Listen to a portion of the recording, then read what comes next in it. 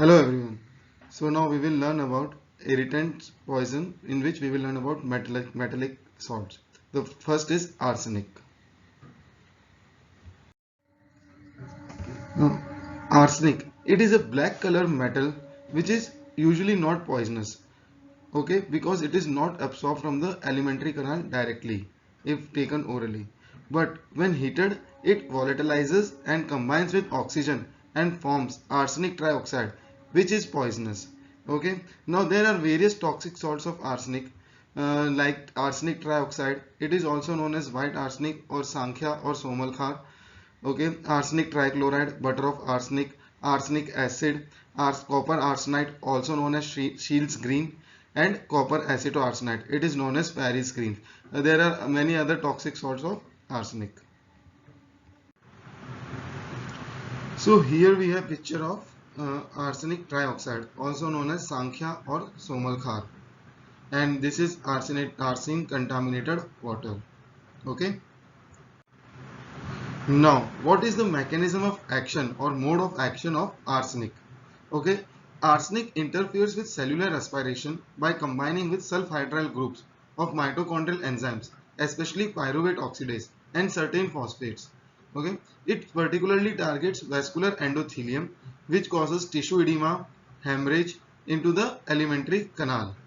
Okay, especially in the intestinal canal.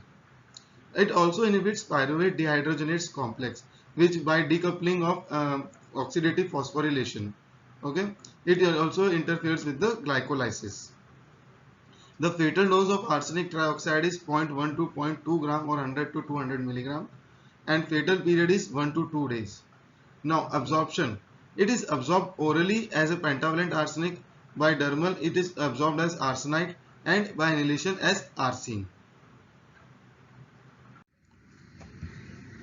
Now we will discuss about the clinical features of acute poisoning. Okay, there are three types of acute poisoning. The first one is the fulminant type.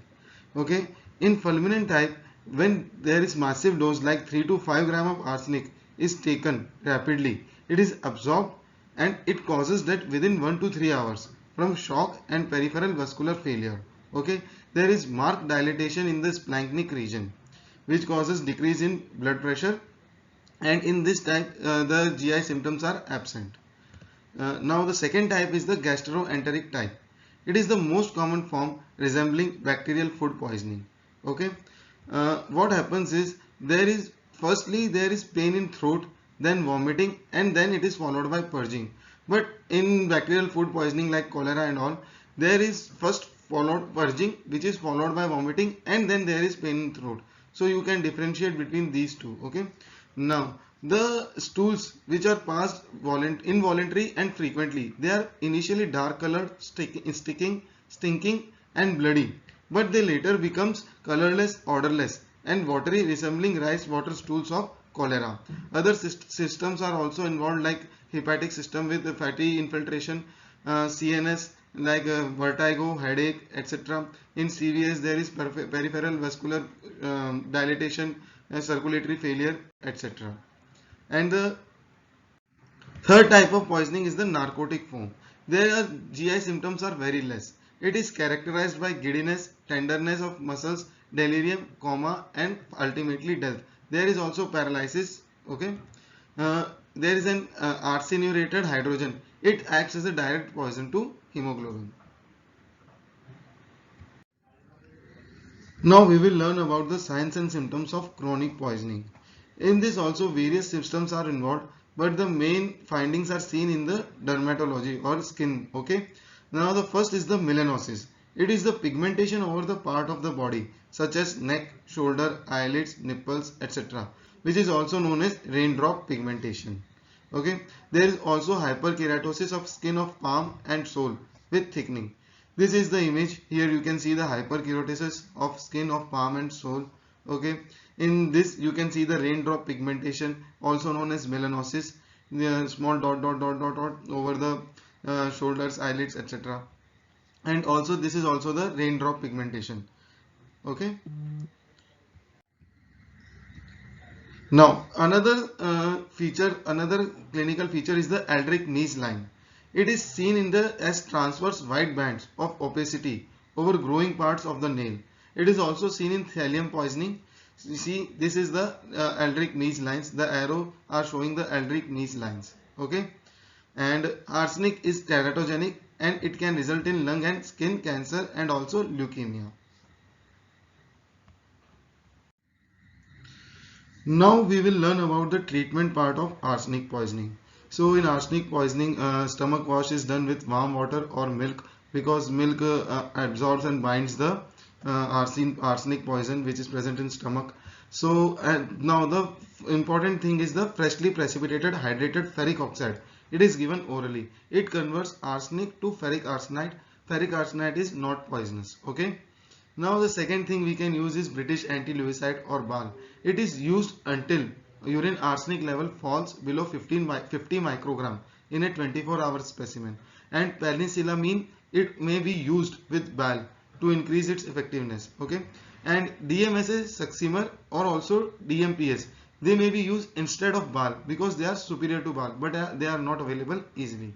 Okay. So these are the basic points of treatment. Now we will learn about the post-mortem appearances. Okay, external post-mortem appearance will be like all the face will be congested and there is garlicky odor. Okay, in the internal, the lesions are mainly seen on the stomach. Okay, they are stomach is usually swollen, edematous and red, either generally or in patches in pyloric region.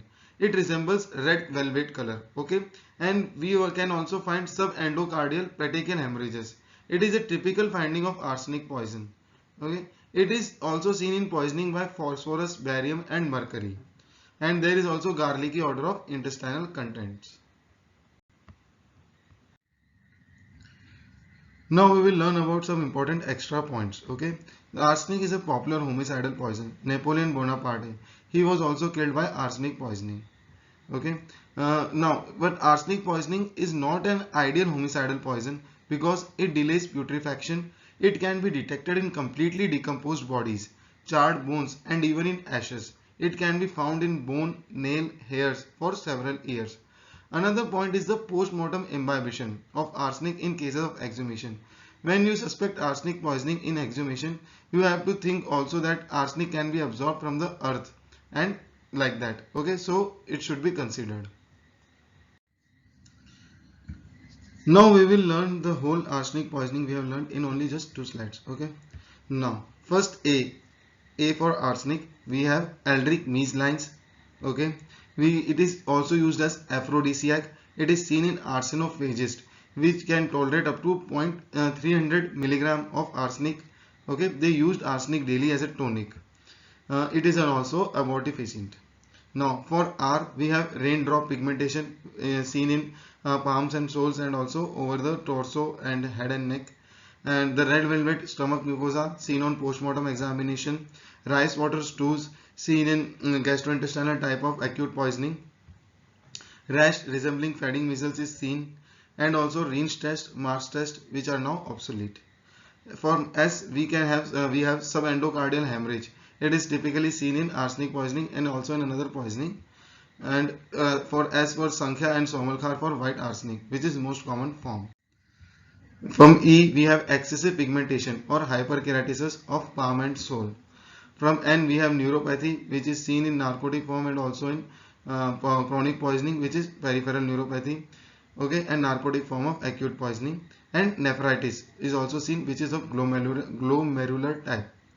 From I we have iron or ferric oxide, which is used as antidote, but the better antidote is BAL, and superior to that is DMSA, DMPS or DMSA Succimer.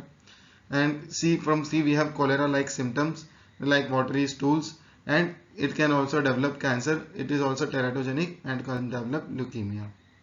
Okay.